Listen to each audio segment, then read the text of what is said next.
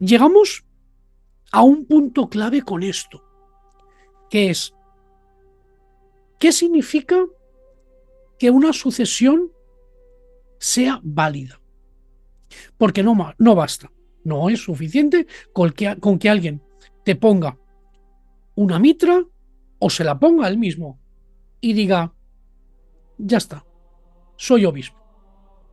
No basta con eso. Tiene que cumplir una serie de requisitos. Y la teología católica distingue dos cosas que son fundamentales. Una es la validez y otra es la licitud. Y esta distinción es fundamental, porque la validez se refiere a si el sacramento ha ocurrido realmente. Si la gracia que le ha sido transmitida es de verdad. Y para que una ordenación, mejor dicho, una consagración episcopal sea válida, se necesitan tres cosas. Primero, que la materia y la forma sean correctas. La imposición de manos sería la materia y la oración consecratoria sería la forma. Y deben ser las mismas que la Iglesia ha utilizado siempre. Por otro lado, tiene que haber una intención correcta. Es decir, que el obispo consagrante debe tener la intención de hacer lo que hace la Iglesia. Es decir, tiene que tener la intención de ordenar a un verdadero obispo. Y en tercer lugar, importantísimo, tener sucesión apostólica en el ministerio. El que consagra debe ser él mismo, un obispo válidamente ordenado, que pueda trazar su consagración episcopal una línea clara hasta los 12 apóstoles. Si se cumplen estas tres condiciones, la ordenación o la consagración es válida. Y en el caso de un obispo, es realmente obispo, con toda la plenitud del sacramento del orden. Y si es presbítero o sacerdote, exactamente lo mismo. Aunque esté excomulgado, aunque esté en cisma, aunque sea un pecador público, el sacramento te imprime un carácter que es indeleble. Porque el sacramento imprime carácter y eso no lo quita nunca nadie. Porque ahora vamos a la segunda parte, que es la licitud. La licitud, en cambio, lo que se refiere es si el acto se ha hecho con permiso de la autoridad competente. Y aquí vamos al meollo y punto clave de la cuestión. Un obispo válido, pero que actúa sin el mandato del Papa o sin comunión con la Iglesia, actúa de manera ilícita. Ilícita, porque no ha sido autorizado, pero sus actos, sus consagraciones y sus ordenaciones pueden llegar a ser válidos. Pongamos un ejemplo. Los obispos que a día de hoy son bastante conocidos por todo lo que se está sucediendo con ellos. Los obispos de la Fraternidad Sacerdotal de San Pío X, los lefebrianos, que se les conoce. Todos estos obispos fueron consagrados válidamente, pero ilícitamente en su momento, aunque posteriormente Benedicto XVI levantase la excomunión, pero fueron consagrados válidamente, pero ilícitamente, porque en ese momento no tenía la autorización del Papa. Por eso, sus obispos son obispos de verdad y sus sacerdotes son sacerdotes de verdad, pero están en una situación irregular en cuanto a el reglamento o la legislación canónica. Su situación canónica es irregular, pero sus ordenaciones y consagraciones son del todo lícitos. Otro ejemplo muy claro, las iglesias ortodoxas. Roma reconoce que los obispos ortodoxos tienen sucesión apostólica válida y por tanto sus sacramentos son válidos del todo, pero no están en comunión con Roma. Por lo que, según la perspectiva católica romana, no son lícitos. ¿Lo entendemos? Y aquí, querido amigo, quiero aplicar esto a nosotros. La orden sacerdotal de San Atanasio, los sacerdotes que a día de hoy pertenecemos a ella, tenemos sucesión apostólica válida.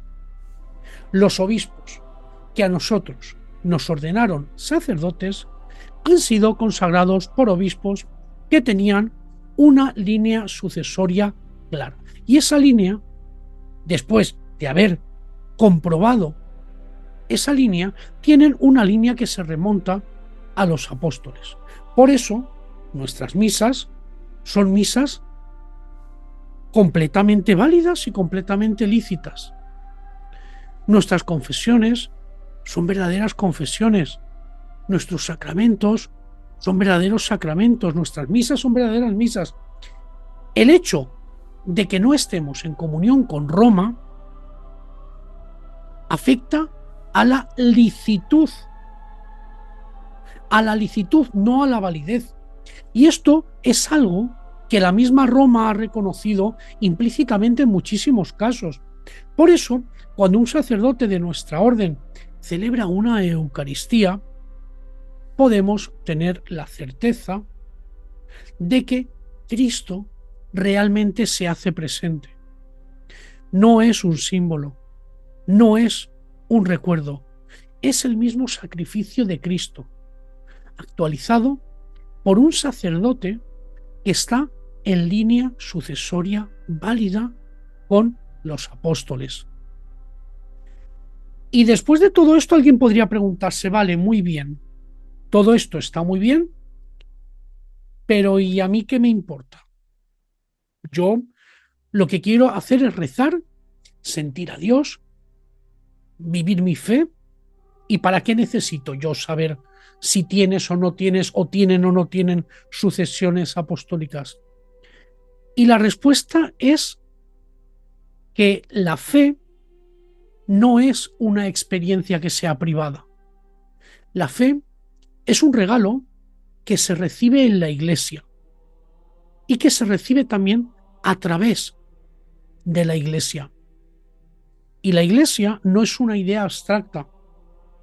La Iglesia es una comunidad concreta. La Iglesia tiene una historia concreta, con unos cauces muy concretos por donde fluye la gracia. Si la sucesión apostólica no importara, entonces, piénsalo, cualquiera podría levantarse y decir, soy sacerdote, yo mañana celebro misa. Pero no. El sacerdocio no es un título que se autoconcede.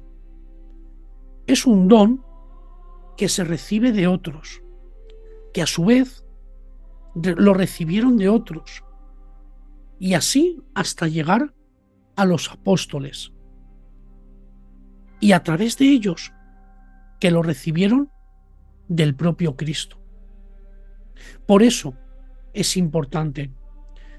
San Cipriano, en el siglo III, decía, no puede tener a Dios por padre quien no tiene a la Iglesia por madre. Y esa maternidad de la Iglesia se expresa, entre otras cosas, en esa cadena ininterrumpida de transmisión de la gracia. Porque la sucesión apostólica nos garantiza tres cosas. La primera es una autenticidad doctrinal. Es decir, porque quienes están en la sucesión son los guardianes de la fe transmitida. No pueden enseñar cualquier cosa. están sujetos a una tradición, a la tradición de los apóstoles. En segundo lugar, una validez sacramental, porque solo aquellos que han recibido el poder del orden pueden celebrar válidamente los sacramentos que nos salvan. Y el orden, más que un poder, es un don. El don del orden sacerdotal. Solamente aquel que lo ha recibido puede celebrar válidamente esos sacramentos que nos salvan a todos los cristianos. Y en tercer lugar, y muy importante, es para una unidad eclesial. Porque esa sucesión apostólica lo que hace es conectarnos con todos los que a lo largo de la historia y en todo el mundo, no solo, como decíamos, en un lugar concreto, han recibido ese mismo don y confiesan la misma fe. Por eso, cuando vamos a misa, cuando nos confesamos, cuando recibimos cualquier sacramento, podemos estar seguros de que no estamos ante un simple rito humano. Estamos ante el mismo Cristo, actuando a través de sus ministros, que son unos meros eslabones de una cadena que viene directamente de Él. Y ahora, como siempre, vamos a responder una serie de preguntas que seguramente han surgido o surgirán o nos han preguntado a razón de este vídeo. Y la primera es, vale, ¿y cómo puedo saber yo si un obispo o un sacerdote tiene sucesión apostólica válida? Vale, en teoría necesitaríamos examinar su línea de ordenación. Necesitaríamos saber el obispo que ha ordenado al sacerdote o el obispo que ha consagrado a ese otro obispo. Pero en la práctica, eso es la teoría, pero en la práctica uno confía en la iglesia a la que pertenece. Las iglesias que conservan la sucesión apostólica suelen tener registros serios de sus ordenaciones. Si hay dudas, se pueden investigar, pero lo normal, lo habitual, es confiar en la comunidad eclesial en la que uno vive. Eso es lo habitual. Lo raro es lo otro. Luego, una segunda cuestión es, ¿se ha roto alguna vez la sucesión? No. La respuesta es no. A lo largo de la historia ha habido momentos muy serios de confusión. Ha habido herejías, ha habido cismas, pero la Iglesia cree, y lo cree firmemente, que la sucesión no se ha interrumpido nunca por completo. Siempre ha habido obispos fieles que la han transmitido y han transmitido ese don que han recibido de manera válida y lícita. Otra pregunta que aparece mucho es, ¿qué pasa con esos sacerdotes que se casan? ¿Pierden la sucesión? No. La respuesta es no. El matrimonio no afecta al sacramento que ha recibido. Afecta eso sí a la disciplina. Pero un sacerdote casado sigue siendo sacerdote y puede seguir celebrando válidamente los sacramentos, aunque en la Iglesia latina no está permitido si no tienes una dispensa. Pero tenemos que tener muy claro que en las iglesias orientales los hombres casados pueden ser ordenados sacerdotes y eso no afecta a la validez. Recordemos las iglesias ortodoxas. Las iglesias ortodoxas ordenan a hombres casados y no hay ningún problema. Tú, siendo ortodoxo, te puedes casar si eras soltero. Ahora bien, te ponen una condición. Si estás casado, nunca podrás llegar a ser obispo.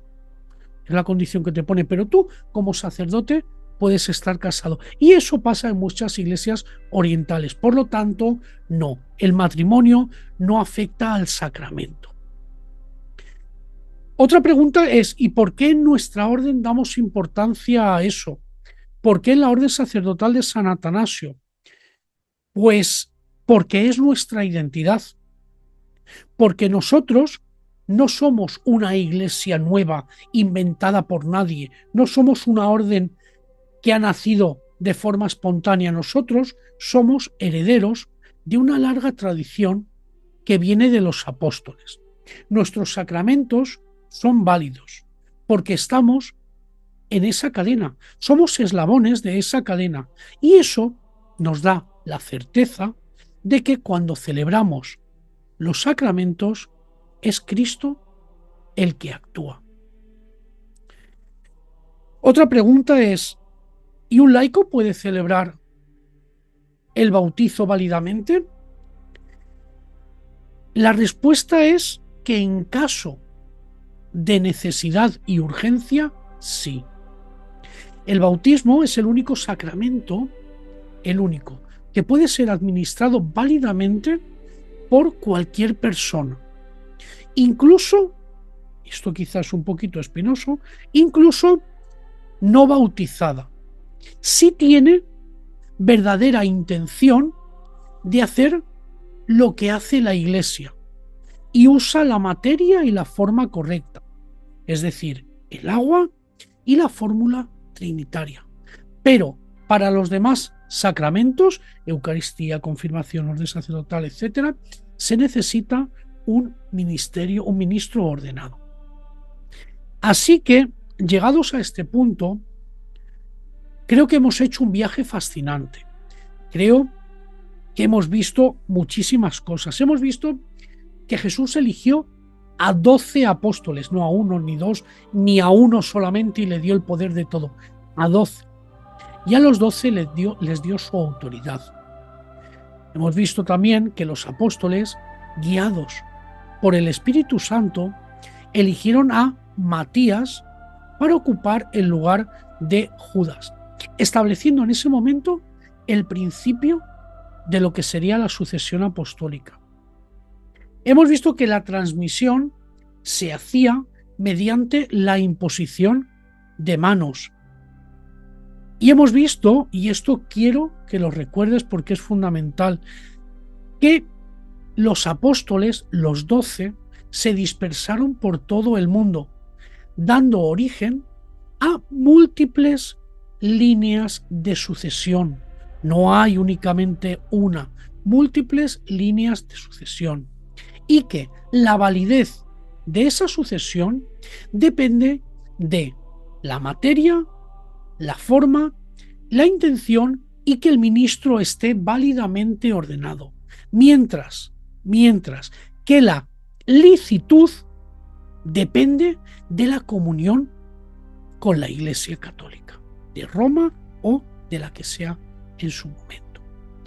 Y que esto, la sucesión apostólica, es fundamental porque garantiza la autenticidad, la validez sacramental y, sobre todo, importantísimo, garantiza la unidad de la Iglesia.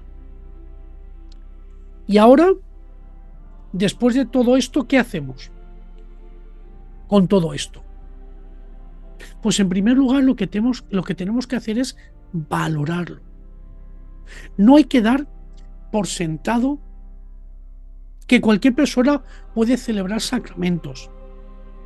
Detrás de cada misa, detrás de cada confesión, hay una cadena de manos ininterrumpida que se remonta a los apóstoles y detrás de ellos a Cristo. Y en segundo, si quieres y optas, verifícalo. Si perteneces a alguna comunidad, pregunta si hay sucesión apostólica. Es una pregunta totalmente legítima. No te acomodes o no te conformes con sentirte bien. Si quieres y tú crees conveniente, busca la certeza de que esos sacramentos que recibes son verdaderos porque están en plena sucesión apostólica y en plena comunión con los apóstoles. Y lo más importante, si cabe, en tercer lugar, es agradécelo. Si perteneces a una comunidad, agradece a Dios. Si estás en la iglesia, agradécele a Dios por haber provisto a su iglesia de este medio de transmisión de esa gracia y ese don que Él nos dio.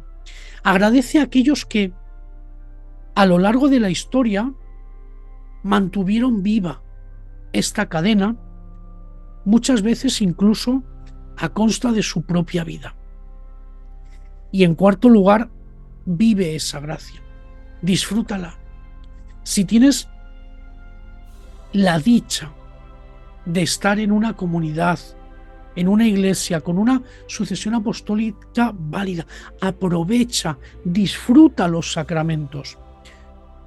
Confiésate, comulga, reza. No dejes pasar esa gracia que a través de esa cadena nos ha llegado hasta nuestros días. En nuestra orden, en la orden sacerdotal de San Atanasio, tenemos la certeza de que estamos en esa cadena. Lo sabemos, lo hemos comprobado, lo hemos investigado. Por eso celebramos todos los sacramentos con la convicción de que es Cristo el que se hace presente. Por eso confesamos con la autoridad de perdonar los pecados, porque sabemos que somos ese medio que Dios utiliza. Por eso oramos con la confianza de que es el Espíritu Santo quien actúa, y te invitamos a compartir esa certeza. Si no tienes una comunidad donde vivir tu fe con plenitud, si buscas unos sacramentos válidos y una comunidad que los celebre con dignidad y con la dignidad que merecen, nuestras puertas están abiertas, tanto de este oratorio y de este humilde sacerdote como de nuestra orden. Y termino con una oración de San Atanasio, nuestro patrón, que escribió pensando en la fidelidad de la transmisión de la fe, que dice: Señor, tú que elegiste a los apóstoles y les diste el poder de transmitir tu gracia mediante la imposición de manos, conserva en tu iglesia hasta el fin de los tiempos ese don inapreciable de la sucesión apostólica, que nunca falten obispos que ordenen, sacerdotes que consagren y fieles que reciban los sacramentos con fe, y cuando el Señor venga en su gloria, que nos encuentre unidos en la misma fe que recibimos de los apóstoles, por el mismo Jesucristo, tu Hijo, que contigo vive y reina en la unidad del Espíritu Santo y es Dios, por los siglos de los siglos. Amén. Que la santa faz de nuestro Señor Jesucristo, fuente de toda gracia, ilumine vuestro camino.